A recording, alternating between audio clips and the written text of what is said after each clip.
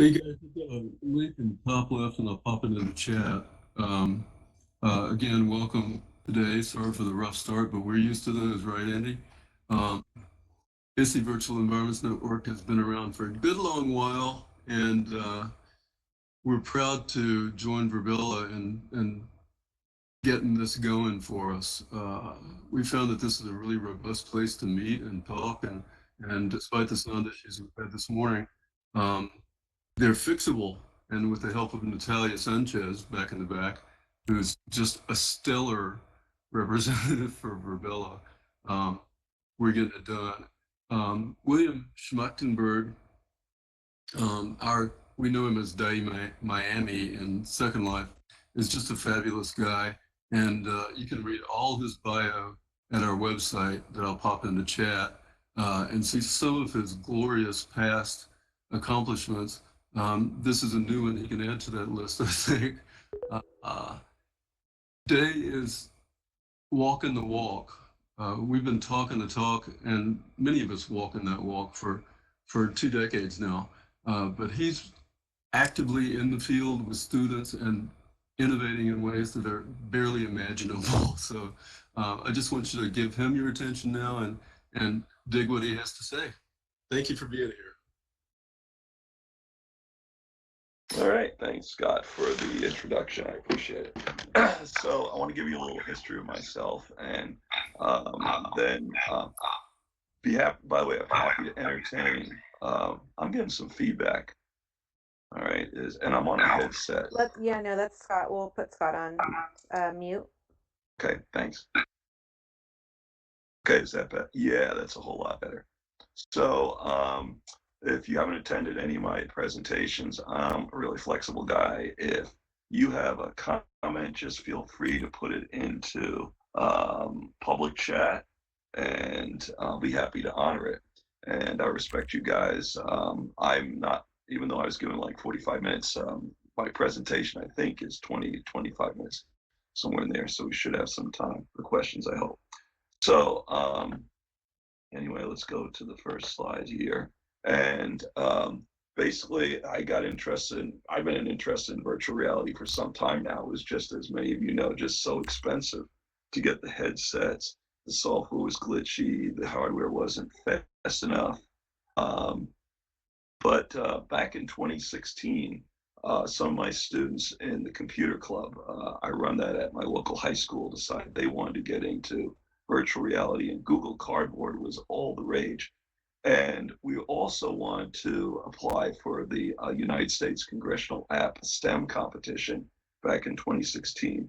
So one of the students, Matt Brzezinski, who you see in the middle of this slide, went into Unity, figured out how to configure Unity to work with Google Cardboard, and created, to my knowledge, the only student-created Google Cardboard app out that was called VR Atom Museum. And all he did was a bunch of posters of famous chemists. But it was cool because you could go in the museum, you could look around, it had head tracking, and we ended up winning for 2016. And Matt got to go to Washington D.C. and showed off his app on Capitol Hill. It was really cool. So that's what got us excited about virtual reality. And decided to do was to go further than that. I felt if we could do all that with just the Google Cardboard app, what if we actually had a gaming rig, and we had also an Oculus Rift? And at the time, I couldn't even get my hands on one. And so BJ and Roxy Nero of SLI fame invited me to Connecticut, and they offered to put me up, and had a great time visiting with them. And they let me play with their MSI gaming rig and Oculus Rift. And the thing that hit me first is that Roxy, by the way, in the front row. I see a Roxy, or is that somebody else? I'm not sure. But anyway, the thing that hit me first off was it was so easy to program in the for the gaming rig and also the Oculus Rift, because you're coding for a PC as opposed to coding for Android, which has all of its problems. And so my students decided to see what they could start building. And here's one of the first projects that was done by a senior, Kyle Brinkerhoff. I asked her to do a Mars colony sim, and we downloaded actual NASA models of a rover, and we put in a habitat, and she came up with a virtual field trip around the surface of Mars where you could drive the rover around and pick up rocks and learn about the geology, and it was really cool. It was a standalone app, and we've demoed that one a couple of times. Then after that, what happened was in 2018, I was talking to Vince Santucci at the National Park Service about some geology sims. And he goes, Bill, the Grand Canyon Centennial Celebration is coming up in 2019. And he said, we would love you guys do a simulation of the Grand Canyon. And so I said, oh, this is too good to pass up. So I said, absolutely. He said, this was summer of 2018. He said, we need it by 2019. I said, you'll have it by this week. And I got, that's what's awesome about Unity is they have an amazing community. So Uli Bertha out in Germany contacted me. He sent me some software that interfaced the U.S. Geological Survey with Unity. We had the landscape in Unity within hours. Then we got CTS, Complete Terrain Shader package from Australia, and rendered the layers of the Grand Canyon on it. It turned out really beautiful. Within 2 days, we got a prototype. And Vince goes, I can't believe you threw that together in 2 days. So got to demonstrate that at the VISTI conference in later that year, December of 2018. It's also been showed off at the Geology Symposium in Charlottesville. That was in early 2019. Got to demo it in Washington, D.C. at National Fossil Day for the National Park Service and the Forestry Service and the Smithsonian Institution. So we got a lot of mileage out of this one.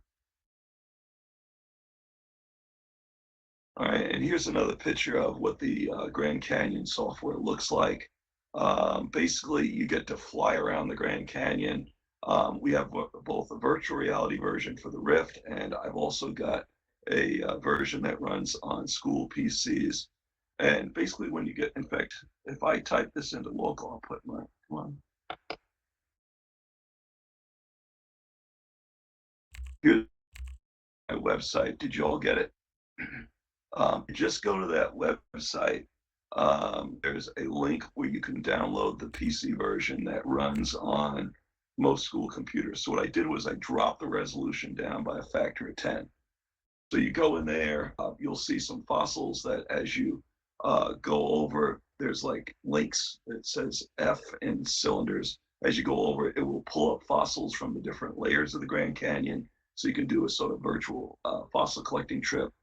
As you fly around the canyon with the escape space bars, there's a HUD that will appear on the screen, show you your elevation, it'll show you the number of fossils you found, what the geology is like, how old they are. It tells both the periods and the age in millions of years. So had a lot of fun with that. I used it at, I teach a geology class at Ferrum College in Southwest Virginia, and I had my students play that. And they made a geologic map of the Grand Canyon from the VR. So there's just a lot you can do with this program.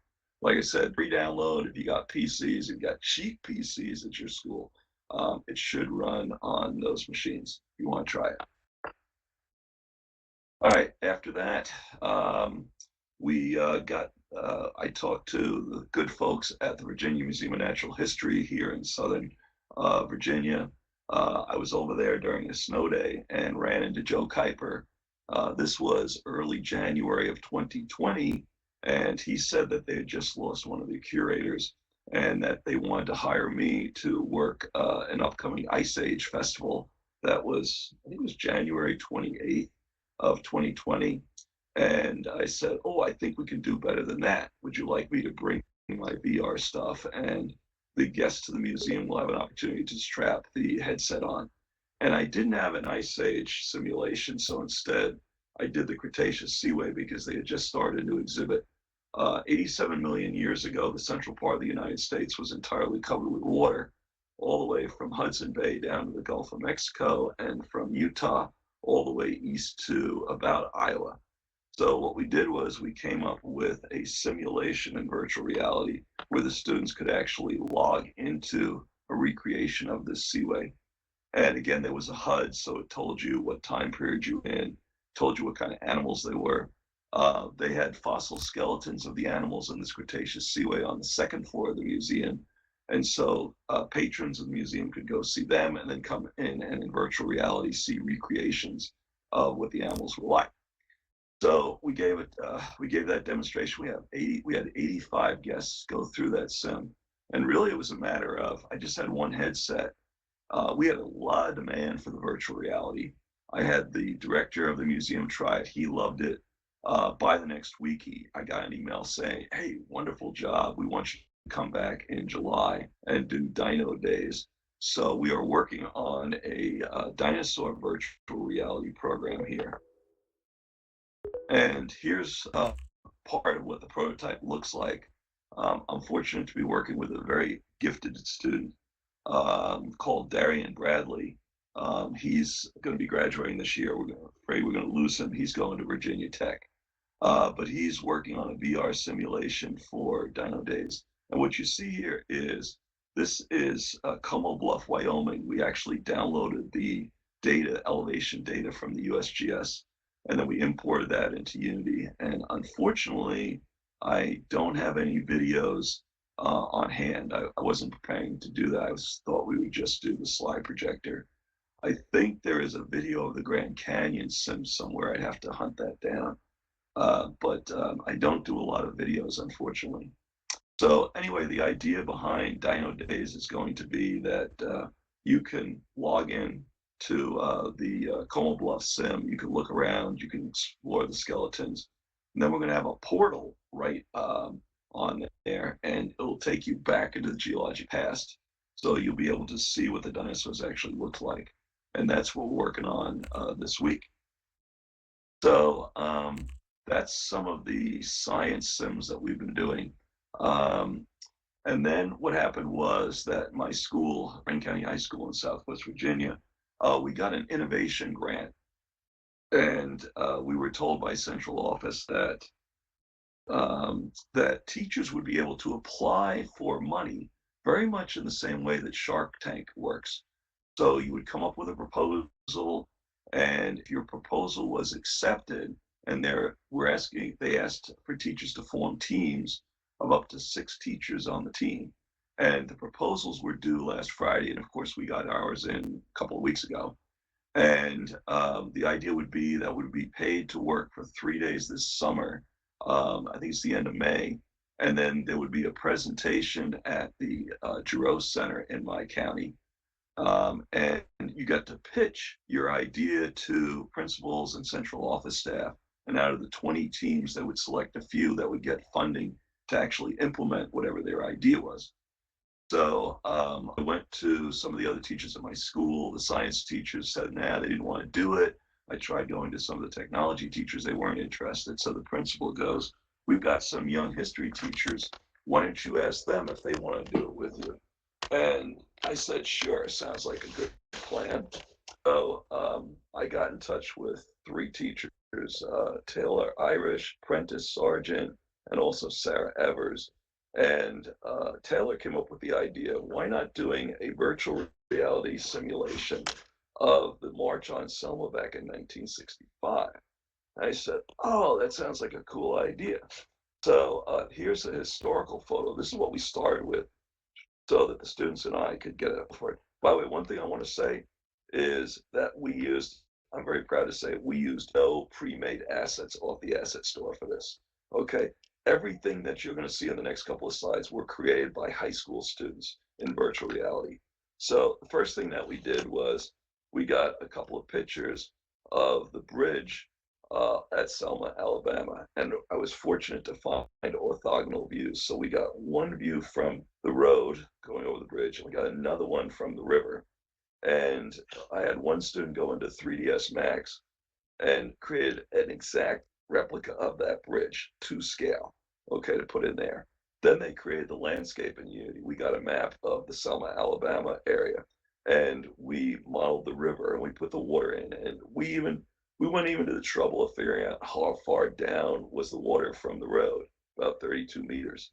So here is what the finished sim looked like when we're all done. Here's an aerial view, and then here's a view from the road, so you can see the bridge that was modeled. And we actually demonstrated in a his history class just a little over a week ago. And the idea was that this was for Black History Month. Students could log into the sim. They would be put on the bridge with other African Americans. And they said, this is 1965. You have, according to the Constitution, you have a right to vote as a result of the 15th Amendment. And this was established in 1870. But this is 1965. Alabama has passed local laws that make it difficult to impossible for you to vote. So the question is, would you cross this bridge?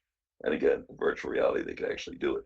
Would you cross the bridge knowing that there was armed state troopers on the other side that were there to beat you, to sick dogs on you, put hoses on you, basically do everything they could think of? In fact, there was one guy that was shot right before the march because he had the audacity to protect his mother, who was being beaten ruthlessly by the police. Um, and the students had a choice in this first. This was a what if.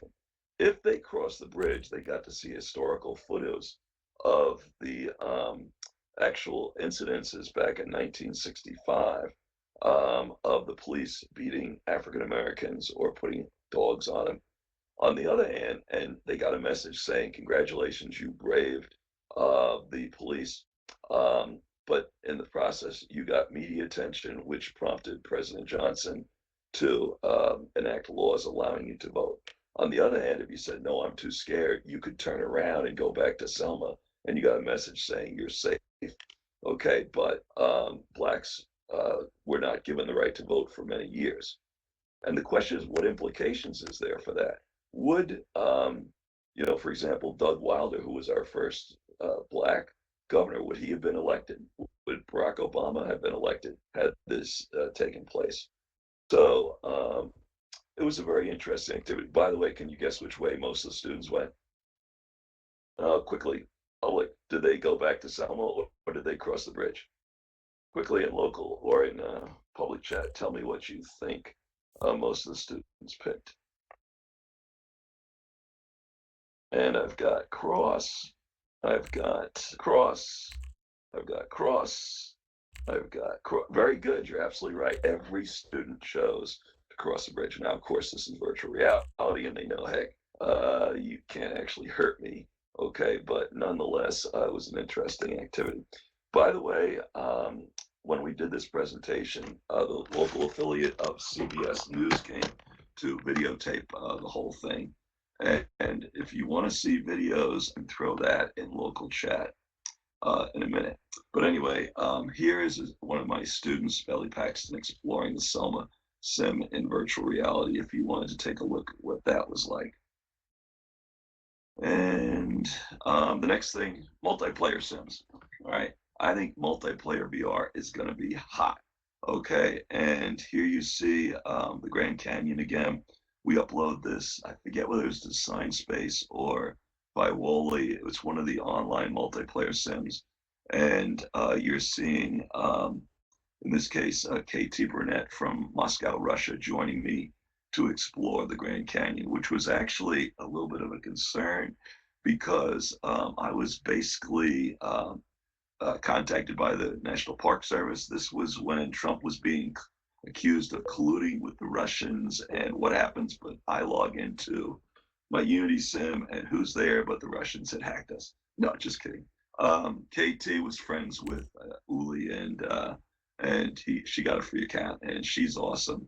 She is in graduate school at University of Moscow, and she loved exploring the Grand Canyon. So, and here's another shot of KT where we're flying around. Like I said, it adds a whole new perspective, being able to tour the canyon. And then there's, for those of you that can't afford $1,800 for a gaming rig and a Rift.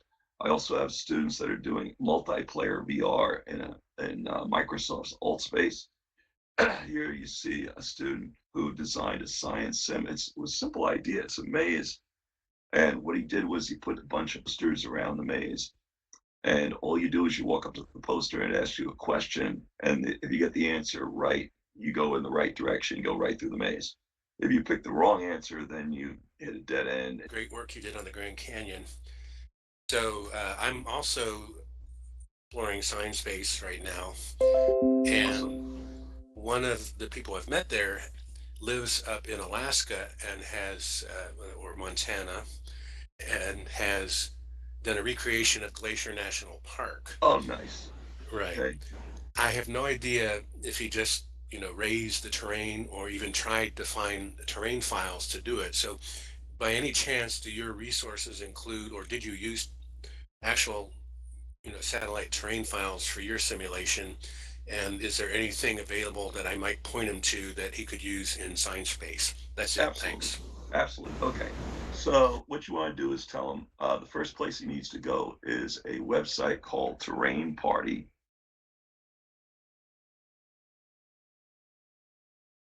Terrain.party is a website. So he just clicks on that, and what he'll see is a map, and I think it starts in Norway somewhere. And you just use the navigational tools to move yourself around, and you'll go to Montana. I've been to Glacier National Park, by the way, and it's an amazing terrain. And so you would go there, and then you will select a download size, and you can download anywhere from 8 kilometers to 8 kilometers resolution, up to about 40 kilometers to 40 kilometers. And Science Space has actually done a Grand Canyon at the 40 kilometers to 40 kilometers. It takes hours to navigate through this thing. All right. But what happens is once you select the part, it will give you data from 3 sources: the US Geological Survey. It will give you sources from NASA's shuttle program. It will also give you data from, I believe, JPL's satellites. So you have a choice of any one of those 3 data sets, or you can choose to merge them together. And usually I merge them together because it sort of averages out any error. And then what you'll get is a 16 color grayscale image to put into Unity. And then there's a code that's on the internet. You just dump that into Unity, you put it into an editor folder, and what'll happen is that you'll see a new menu option that says elevation from terrain or something like that will appear in Unity. And then you just create a terrain object, and you have to go to the texture, the elevation texture, set it to read write enabled in the advanced features, and then magically the terrain will appear in Unity. And I know I've said a lot, so if your friend has any questions, here's my email. I'm going to put this into the local chat. Have him email me.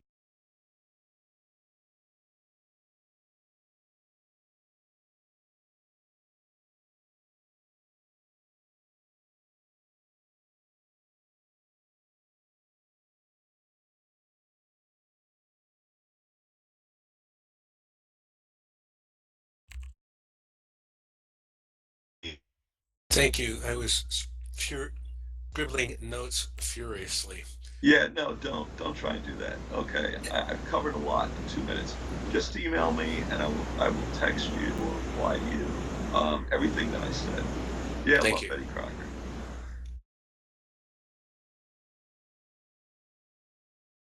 By the way, I am going to give up control of the board because I think we got another presentation in at 10 o'clock. So if somebody who's the next presenter, if they want to come up here, or if James wants to come up here, and did you get your voice fixed, James? Did. Hey, is that James? I hear you. Yep. All Got it right, fixed. I gave up ownership, so whoever wants to go next, my guest. Is there any more questions that anybody had for me?